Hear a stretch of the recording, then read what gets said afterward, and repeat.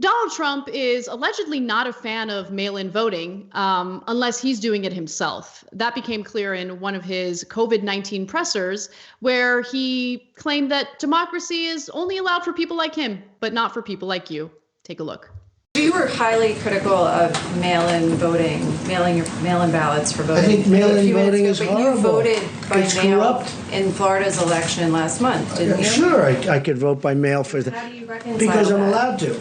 Well, that's called out of state. You know why I voted? Because I happen to be in the White House and I won't be able to go to Florida and vote. What's the difference between mailing within well, there's a state or big mailing difference outside the between state? somebody that's out of state and does a ballot and everything sealed, certified, and everything else. You see what you have to do with the certifications. And you get thousands and thousands of people sitting in somebody's living room signing ballots all over the place. No, I think that mail-in voting is a terrible thing. I think if you vote, you should go. And even the concept of early voting is not the greatest because a lot of things happen. But it's okay. But you should go and you should vote. I think you should go and you should vote. You look at what they do, where they grab thousands of mail-in ballots and they dump it. I'll tell you what, and I don't have to tell you, you can look at the statistics. There's a lot of dishonesty going along with mail-in voting. There's a lot of dishonesty going on with mail-in voting. Unless I'm doing the mail-in voting, that's when it's okay and it's sound and there's no fraud happening. But when other people do the mail-in voting, particularly people who tend to vote for Democrats, that's bad. That's fraud. There's a lot of dishonesty around mail-in voting. For instance, what I've been saying today about mail-in voting. That's 100%. And you can look at the statistics. Okay, I did. You're lying.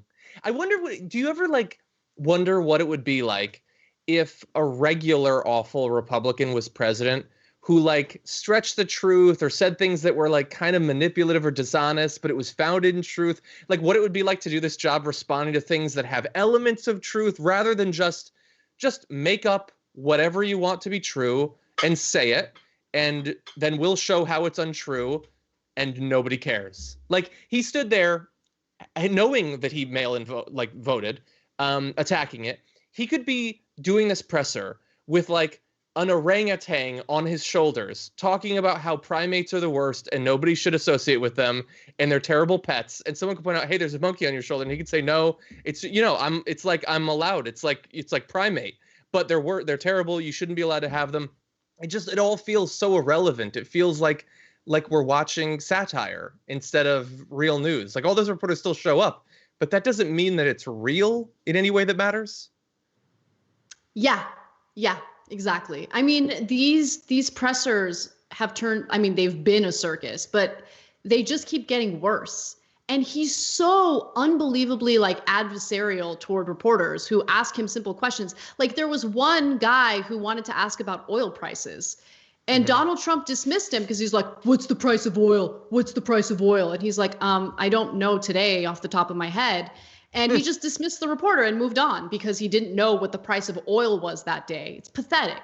And it was like he's applying his own gotcha questions to journalists when he doesn't want to answer any questions that he might see as loaded against him or whatever. But in that case, it wasn't even a question loaded against him.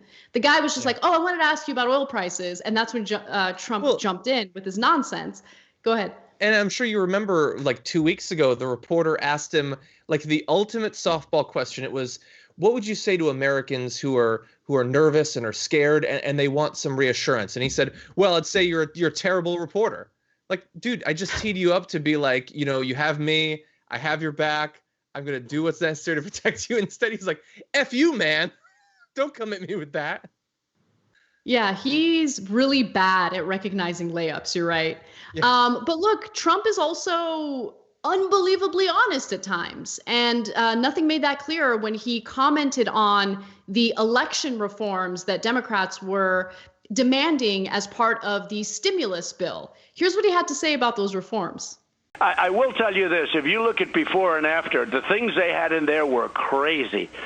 They had things, levels of voting that if you ever agreed to it, you'd never have a Republican elected in this country again. They had things in there about, election days and what you do and all sorts of clawbacks. And they had things that were just totally crazy. So the totally crazy things he's referring to is like same-day voter registration, stuff that we do need to reform our elections so people aren't disenfranchised. But as we know, anyone who's been paying attention has seen how Republicans have disenfranchised voters. They've rolled back voting rights. They've done all sorts of things to basically rig this whole process in their favor. And Trump just admits it in an interview with Fox News. And that's it. No one else talks about it. We've shown that video at least 3 times on our show because it blows my mind every time we see it.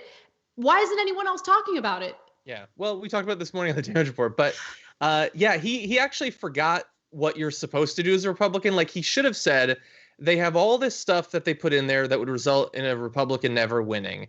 Crazy stuff. And he's supposed to say crazy stuff that would inspire fraud or something like that. He didn't even say that. He just said access is the thing that would make it actually impossible. And look, I've been saying for a long time that the analogy I give is that they're at war, not with Democrats, but with democracy. But that's actually flawed in a way, or it's at least behind the times. They have invaded democracy and they are now occupying it, and they have made it irrelevant. They've destroyed it from the inside. And this is not purely hypothetical. He is going to be tasked with, or he's going to have to respond to legislation that'll come in the next month or two about how exactly we're going to prepare for the general election. And he is telegraphing right now that he is not going to support anything that allows people to actually vote. No money for mail voting, open weeks of voting, early voting, those sorts of things. He's going to reject those. So get ready now. We're going to be talking about it. I don't know if it's in a week or if it's in a month, but he is going to try to make it impossible for us to have an actual election come November. I'm sure that the Democratic Party will fight him tooth and nail and that they will accomplish securing a true democratic process. I have faith in them. I think that they're going to do a great job with that. Especially with Biden referring to his call with Trump as pleasant. That wasn't the exact word he used, but he said nice things about Trump after having a conversation with him on the phone. What are you doing? What are you doing? You're running against him and he's been a disaster. No, he is not good in any way. I mean, what we've been hearing from the DNC over and over again, and this is actually true, is we must defeat Donald Trump.